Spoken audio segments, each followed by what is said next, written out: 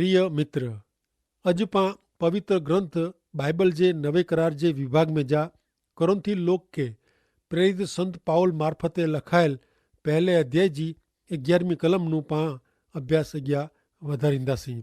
तो सुनो करंथवासीअ के लखल संत पाउल जो पत्र तंहिंजो पहलो अध्याय ने कलम 11મી। हिते लिखे में आवल आहे क कलोए जे कुटुंब जा केतिरेक सभ्य के चोखी रीते जणाइजो आहे क आमे झगड़ा थिए था। कोरिन्थी समाज मंडल में झगड़ा पक्षापक्षी अदेखाई ने छोपी योजना घड़ांदी हुई जेथी बई व्यक्ति के नुकसान थिए ने पंहिंजो अर्थ पूरो थिए। प्रेरित पाउल के हिन हकीकत जी खबर पई तंहिंला उहो हिन लोक भेरो इन बाबत ते ॻाल्हि करे थो। प्रभु जा हिकिड़ा सेवक ॼाणाइनि था क मुंहिंजी समाज मंडली में हिकिड़ा भाउ मूंखे घणे ज़रूरी ॻाल्हि कयो ऐं उहो सोयो। उन्ही जे जणाए प्रमाणे व्यक्ति सामे मूंखे कमु करे जो हो। उन्ही खे उहो सेवक जणाए क भले अॼु राति जो ऐं मूं भेरा हलीने उन बाके आंजी ॻाल्हि जणायो। इन जे जवाब में उहो बद वजदल माण्हू चए ना ना अहिड़ो करे जी ज़रूरु न आहे, उहो शक्य न आहे। तॾहिं उहो सेवक चए क तॾहिं मूंखे पण अहिड़ो खोटो आरोप मथे अथवा बद प्रमाणे कोई पगला भरणा नहीं। ईश्वर जी समाज मंडली में पक्षापक्षी ने खराब परिस्थिति वह तो वो हल करे जी ने मिड़े व्यवस्थित करे जी जरूर है। जॾहिं समाज में पाप वह तॾहिं वो कैंसर जड़ो रोग जेतिरो गंभीर खतरनाक वहे थो। तंहिंला पाप पर्याप्त करे जी पहली जरूर रहे थी।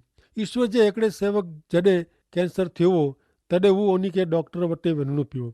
हाणे जो वो डॉक्टर अहिड़ो चए क आंखे जरा पण द्रिजे जी क चिंता रखे जी ज़रूरु न आहे, आंखे लागणीशील थिए जी ज़रूरु न आहे, आंखे नुक़सानु थिए अहिड़ो आऊं इच्छा नथो।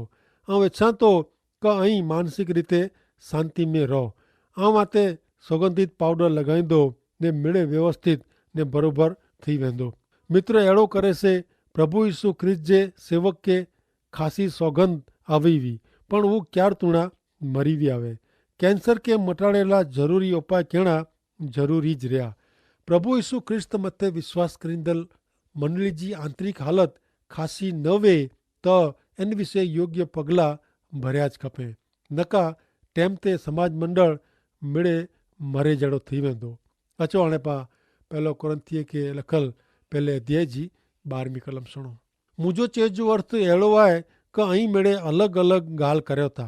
हिकिड़ो चए था क आऊं पाउल जे पक्ष जो आहियां ने ॿियो चए थो क आऊं अपोलोस जे पक्ष जो आहियां ने वरी टियों चए थो आऊं त पीतर जे पक्ष जो आहियां। अहिड़ो चए था ने वरी चौथो जणाए थो आऊं त ख्रिस्त जे पक्ष जो आहियां।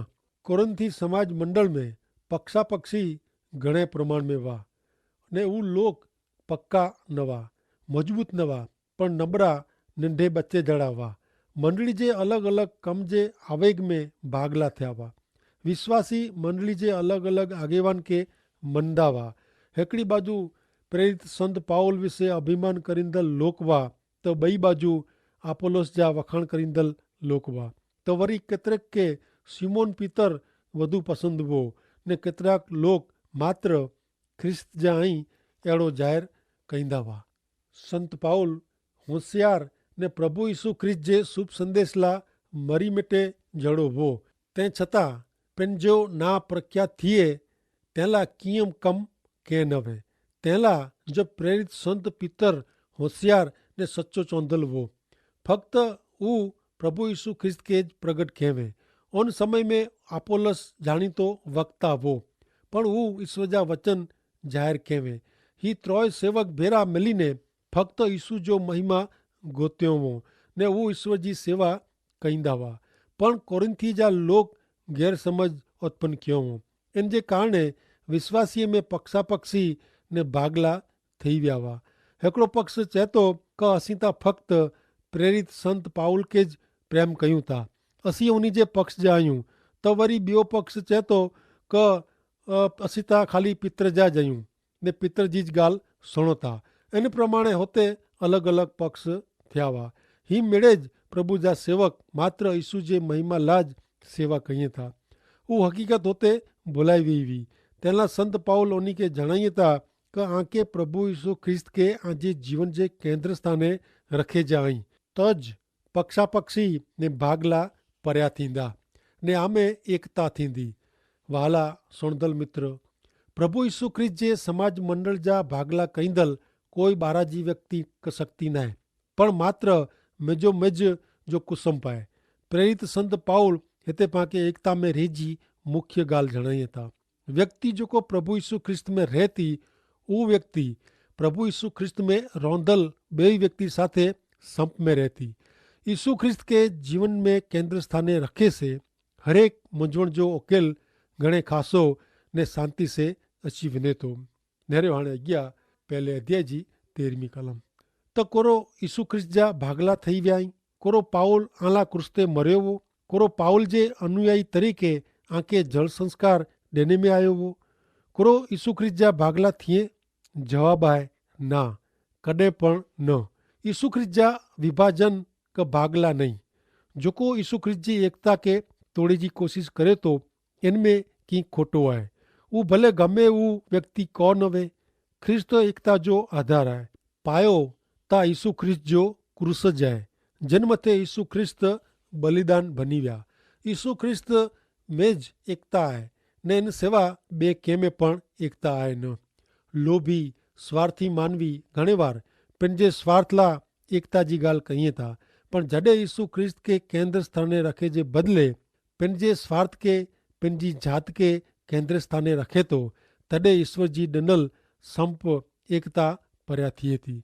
वाला मित्र, मात्र यीशु में रह से पंहिंजी एकता जोखम में अचे नथा। हाणे पांचो सुणो 14वीं ने 15वीं कलम। पहलो कुरंथी पहलो अध्याय ने 14 ने 15वीं कलम। आऊं यीशु जो आभार मना तो क क्रिस्पस ने गायस सिवाय आ मेजा बे के आऊं बाप्तिस्मा एतरे क जल संस्कार देनो ना है। तेला मुझा अनुयायी तरीके आके बाप्तिस्मा देने में आयो हो, एड़ो कोई चई सके न। संत पाउल प्रभु यीशु ख्रिस्त के पहलो स्थान देता।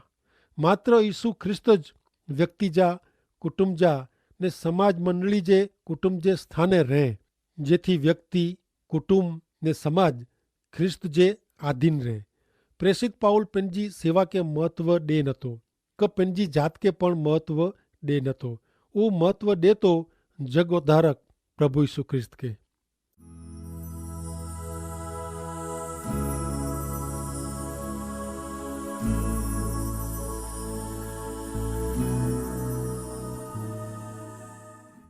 नेरियो अॻियां पहलो अध्याय 16 ने 17वीं कलम।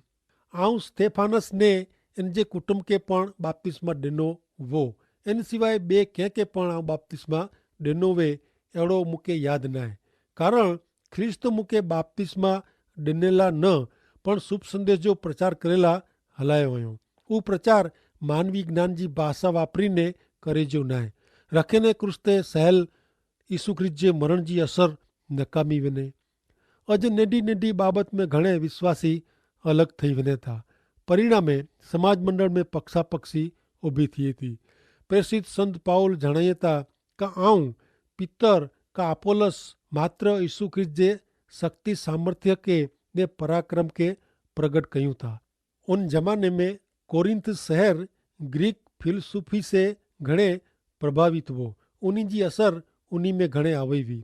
लोक के ज्ञान जी ॻाल्हियूं नवीनता में ने चर्चा विचारणा, नवूं सुणणू, नवूं ॿिए खे जणाइणू, इनमें ज मज़ा अचींदी हुई।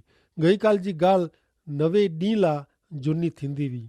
वक्ता पण लोक के गमे अहिड़ो मिड़े ध्यान में रखीने नई नई ॻाल्हियूं कईंदा हुआ। ज्ञान इन जी ऊची सपाटी ते हो। पण प्रेरित पाउल जणाए था क मूंखे यीशु ख्रिस्त जे शुभ संदेश ला हलाए में आयो आहे। प्रभु यीशु ख्रिस्त द्वारा मानवी ला पाप जी क्षमा अनंत जीवन आहे। उज आऊं जणायां थो। मूंखे प्रभु यीशु ख्रिस्त जे संदेश के मानवी ज्ञान जी भाषा में प्रकट करे जो न आहे। जिन हेतु सर प्रभु यीशु ख्रिस्त क्रूस ते मरण पाम्या ने प्रभु यीशु ख्रिस्त जे मरण में मानव पाप जो भयंकर दीवो भरपाई थी वियो आहे। उहो शुभ संदेश नकामो वञेला ॾिनेला आऊं मंगा नथो। मित्र, पवित्र ग्रंथ बाइबल जो शिक्षण लोक के खुश करेला क मात्र लोकमत मेळवेला न आहे। पवित्र ग्रंथ बाइबल जो विषयता ईश्वर जो मानवीय जात पर करेल प्रेम है। मानवी प्रभु यीशु ख्रिस्त पर जे विश्वास मार्फते मुक्ति मेळवे था उहो जो संदेश आहे। हिते मानवीय ज्ञान विज्ञान जे माहिती जी कमी न आहे, कमी आहे पाप जी माफ़ी जी। प्रभु यीशु ख्रिस्त में जेको शाश्वत जीवन मिले थो उहो जीवन मेळवींदल लोक जी। प्रिय मित्र, प्रभु यीशु ख्रिस्त में आके नवो जीवन सुखी ने आनंदित जीवन मिले थो, वो पक्की हकीकत आऊं आके जणायला मंगा थो। करंथी के लखल पहलो पत्र पहलो अध्याय ने 18वीं कलम। क्रूस पर जे ख्रिस्त जे मरण जो संदेश नाश में वञे था उन ला मूर्खाई जहिड़ो आहे, पण पां जेको उद्धार मेळवूं था उन ला ता ख्रिस्त जी शक्ति आहे। क्रूस माण्हू खे ॿ वर्ग में विभाजित करे थो, एतिरे क ॿ भाग पाड़े थो, पाप में जा बचल मानवी ने पाप में नाश में वेंदल मानवी। मित्र, प्रभु यीशु ख्रिस्त के विभाजित कईंदल व्यक्ति पंहिंजे दुष्कर्म जे बंधन में जा उद्धार मेळवींदल व्यक्ति आहे, जॾहिं प्रभु यीशु ख्रिस्त नूं परियार वेंदल व्यक्ति अञा पण नाश में आहे। क्रूस पर जो संदेशो नाश में वेंदल मानवी के बचाईंदल आहे, तंहिं छतां लोग जेको संदेश मथे विश्वास कई नथा उन्ही के ता ही संदेश मूर्खाई जहिड़ो लॻे थो, पण जेको प्रभु यीशु ख्रिस्त ते विश्वास कई था उन्ही ला ता ईश्वर जो सामर्थ्य ने ही शक्ति आहे। प्रिय मित्र, यीशु ख्रिस्त जे क्रूस वटे अचे से क्रूस ते प्रभु यीशु ख्रिस्त मुंहिंजा ने आजे बदले पंहिंजो बलिदान ॾेई ॾिनो। उहो यीशु ते विश्वास करे से शक्ति सामर्थ्य मिले थो। प्रभु यीशु ख्रिस्त में शक्ति ने जीवन आहे, ॿिए कंहिंमें न। अॻियां पहलो अध्याय 19 थी 21 कलम।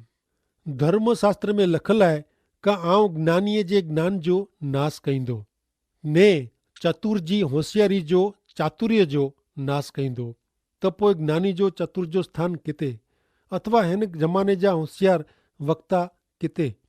कारण ईश्वर पंहिंजे ज्ञान प्रमाणे माण्हू पंहिंजे ज्ञान से उन्ही खे जाणी सके ओळखी सके उहो अशक्य बनायो। इन जे बदिले संदेश जेको असीं प्रगट कयूं था इन जी मूर्खाई मार्फते ईश्वर विश्वास करींदल जो उद्धार कयूं था। प्रेरित पाउल प्रभु यीशु ख्रिस्त के प्रगट करी था। इनमें यीशु ख्रिस्त मानव मुक्ति ला क्रूस ते मरिया उ संदेशो आहे। उन जमाने जा यहूदी ने करिंथ जा लोग ग्रीक लोक के ही गाल मूर्खाई जड़ी लगंदी हुई। शक्य है अॼु आंखे पण प्रभु यीशु ख्रिस्त जो क्रूस पर जो मरण बलिदान जो मरण अथवा हिकिड़े शहीद जो मरण लगंदो हुए, पण मित्र आंखे पाप जी माफ़ी ॾिने जो ने अनंत काल जे मरण में जा आज़ाद करींदल ईश्वर जो सामर्थ्य आहे। यीशु ख्रिस्त क्रूस ते मुंहिंजा ने आंजा सजी मानव जात ला मानव मुक्ति ला बलिदान बनी विया। उ यीशु उन जे मरण जे 3 ॾींहं फरी सजीवन थिया। हाणे उहो पंहिंजी समाज मंडली खे कोठेला ने सजी मानव जात जो अंतिम न्याय करेला पाछा अचे वारा आहिनि। सुनो पहलो कुरंथी पहलो अध्याय 22 ने 23 कलम। यहूदी लोग पुरावा तरीके अजैब जड़ो कम नेरला मंगे था ने ग्रीक लोग ज्ञान बुद्धि गोतीए था, पण असीं ता क्रूस ते मरण पामेल ख्रिस्त के प्रगट कयूं था। ही संदेशो यहूदी लोक ला वांदे जड़ो आहे ने बिन यहूदी लोक ला मूर्खाई जड़ो आहे।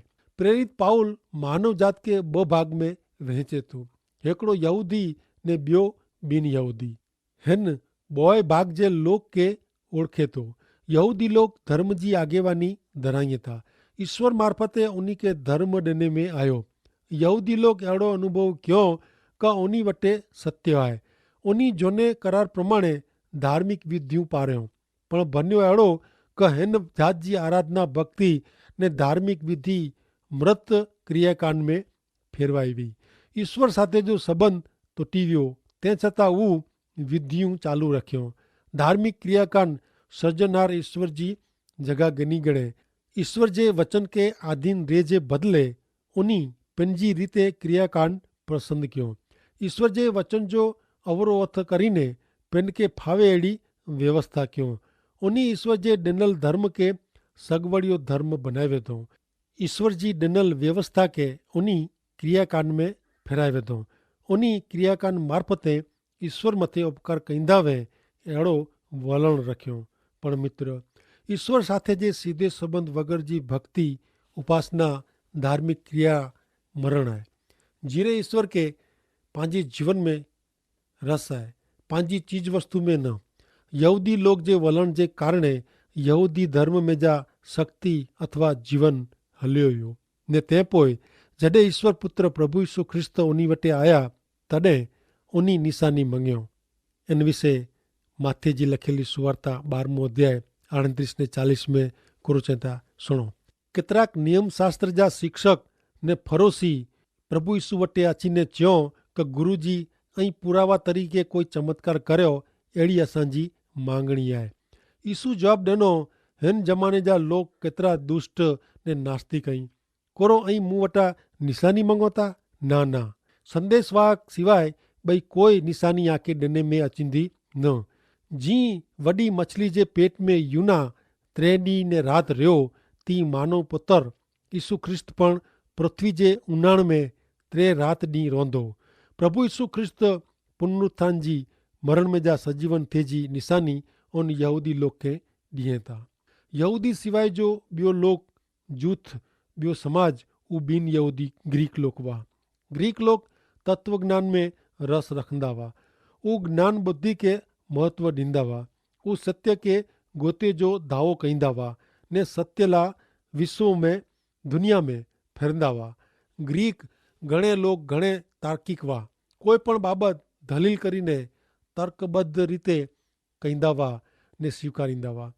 यहूदी लोग क्रियाकांड में रस रखियो ने उन्हीं में जो रच्या पच्या हुआ। जडे ग्रीक दलीलबाजी में रस रखियो, परिणामे उ सत्यनु अलग थईने क्रियाकांड ने मात्र दलील ज क्यों। प्रभु यीशु ख्रिस्त जे आगमन जा 400 वरे अगाऊ ग्रीक फिलोसॉफी घणे अॻियां वधी हुई। इन जो ज्ञान अॼु पण जाणीतो आहे। 300 वरे पोइ पण इन जी असर भारे हुई, ते छतां तंहिंजो महिमा अदृश्य थी वियो। मित्र, माण्हू तत्व ज्ञान से उगरी सके नथो। माण्हू के फिलसुफी जी न पण व्यावहारिक रीते बचाईंदल व्यक्ति जी ज़रूर है। उहो व्यक्ति आहे प्रभु यीशु ख्रिस्त। अॼु मात्र ग्रीक तत्व चिंतक जा नाज यादि आई, इनू वधु कीअं न। मित्र, अजनू 2000 वरे अगाऊ उहो उद्धारक ईश्वर पुत्र संपूर्ण ईश्वर ने संपूर्ण मानव बनी हिन पृथ्वी ते आया। कोई पण धर्म का क्रियाकांड ने कोई पण तत्वज्ञान का बुद्धि जेको करी सके थी नवो उ प्रभु यीशु ख्रिस्त क्यों। मानवी जी सौथी पहली पाए जी ज़रूरियात प्रभु यीशु ख्रिस्त पूरी पाड़ियो। पापी मानवी के पाप जी माफ़ी ने अनंत काल जे विनाश में वेंदल मानवी के अनंत जीवन जी भेंट धरियो। प्रभु यीशु ख्रिस्त पापी मानवी जो देवो भरपाई क्यों ने तेला क्रूस ते पंहिंजो अर्पण क्यों। उन जे मरण जे 3 ॾींहं उ सजीवन थिया, जीरा थिया ने ई सजी मानव जात ला पाप जी माफ़ी, सार्वकालिक जीवन ने ईश्वर साथे जो संबंध स्थापित क्यों। मित्र, અહીં એડે પ્રભુ ઈસુ ખ્રિસ્તે વિશ્વાસ કરીને આજે જીવન કે આશીર્વાદિત કરી શકો था। 1 કોરિન્થીય 1 અધ્યાય ને 20મી કલમ में चेता असीं ता क्रूस ते मरण पाम्या उन ईसु ख्रिस्त के प्रगट कयूं था। ईश्वर पिता के आशीष ॾियो।